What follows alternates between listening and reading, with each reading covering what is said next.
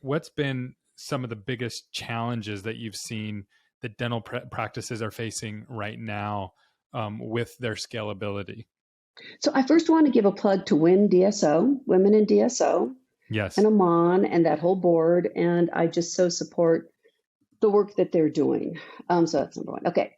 Challenges I in haven't dental. got to meet her. I haven't got to meet her yet, but I've heard great things. Yeah, she's killer. She's killer. And I love her approach, which is this kind of we want long-term transformation. And so we want to partner with everybody to get long-term transformation. This isn't a short game. This is a long game. And we're in it for the long game. And I love that about what she's doing. Okay, so challenges in dental. Okay, I don't know if this is a good thing or a bad thing, but everybody wants to be a DSO. And we all know all the reasons why, right? And the trends and everything else. And I'm 100% supportive of that. But I think we've got a real issue in terms of how do we differentiate ourselves as DSOs. I think we need more creativity. I think we need more diversity. But we've got to figure out like what makes our DSO different. What makes it different from a kind of a market in standpoint, meaning a prospective patient and patient in standpoint. What makes it different? How do we position ourselves in a market, which is your world, Gary? Yeah. We need more of you in our world. Yeah. So I appreciate that. So I definitely see that, right? So we'll work with different DSOs and they'll say, yeah, we're a DSO, we're structured this way.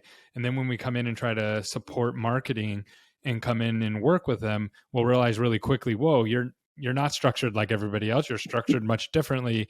And the longer we do this, the more we realize everybody's structured in different ways. And I don't know if there's a right way and a wrong way, right? I just think that everybody has a different flavor, to your point. What are your thoughts around the right way? Do you have strong opinions one way or another from an operations standpoint, or?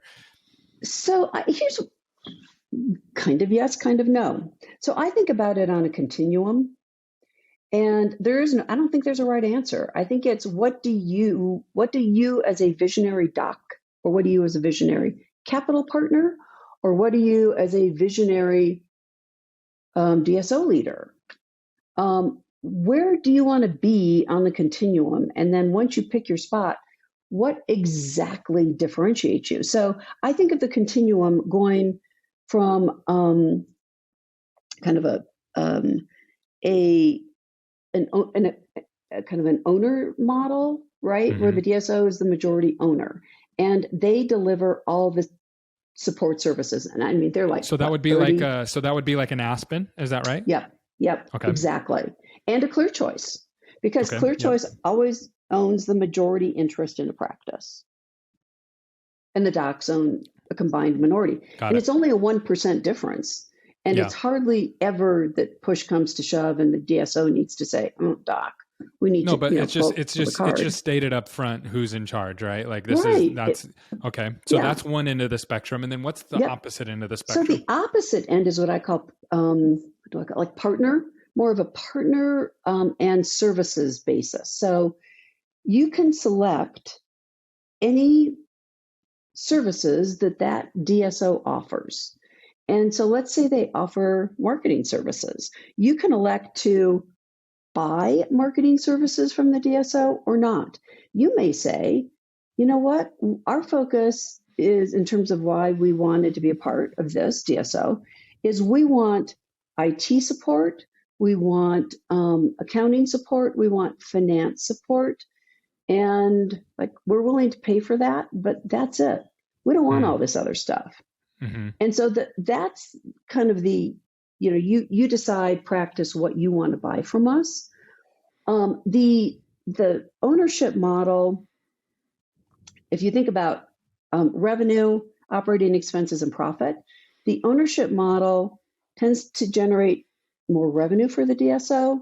It tends to generate expenses as a percent of revenue that are lower because you have a broader revenue base, and the profitability is higher. But it is hard hard work. So, I mean, there's trade-offs there. On the other side of the spectrum, your operating expenses tend to be lower, your revenue tends to be lower. But here's the trick with your profitability. If you've set up to deliver marketing services to 50 practices, and only 20 of those practices are buying your marketing services, and that's where your margin is, you're going to have profitability issues. Yeah. Yeah. Yep. Yeah. And okay, so those are the opposite ends of the spectrum, and that really helps clear that up. And then who's kind of fallen in the middle there? Have you seen some unique models out there? I think there are tons of unique models out there, and some of them are really small. And sometimes those emerging models are the ones that I think are most interesting. So where would you put MB2? I'm not sure, to be honest. I think I'd put them almost right in the center in some ways. So they do a little bit of both, right? They do. And the ownership typically for the docs is at the DSO level, right? So they're like, the docs are all in on the DSO. Yeah. I've seen people trying to do those hybrid models, right? Where it's like, you got the DSO, we own all the practices, and we provide those services to you 100%, but we'll let the owner doctors come in and open up additional practices. And I've seen also, and again, this is just my perspective, which is very limited in understanding because I'm always looking through things through the marketing lens. I've seen people kind of shift their model too, because they couldn't get the clinicians that they needed to stick around. And I've seen these with some of the big DSOs where it's like, okay, we're going to pivot and we're going to start getting more of the buy-in from the doctor side to be able to continue to grow the way that we want to grow. Where do you kind of see that going? What are your thoughts there? I think that will continue, because I have a firmly held belief, period, in all the different industries I've been in, that when you are an owner, you think differently and you act differently. Yeah. And I think the best models, frankly, are where the docs are owners at the DSO level. Well, when you say best, what do you mean best? I think the most profitable and the most sustainable over time. So at the other end of the spectrum, you can lose your practices because like they don't love the IT and finance services, accounting services you're providing. And they, their skin in the game is little, if any. And so they're like, in a year, we're going to be gone and we're going to join this other one. Right. So I think you get less turnover of docs and you get higher doc satisfaction if you're executing well the type of model you just talked about, where the docs can have ownership, not only at their practice level, but potentially at the DSO level.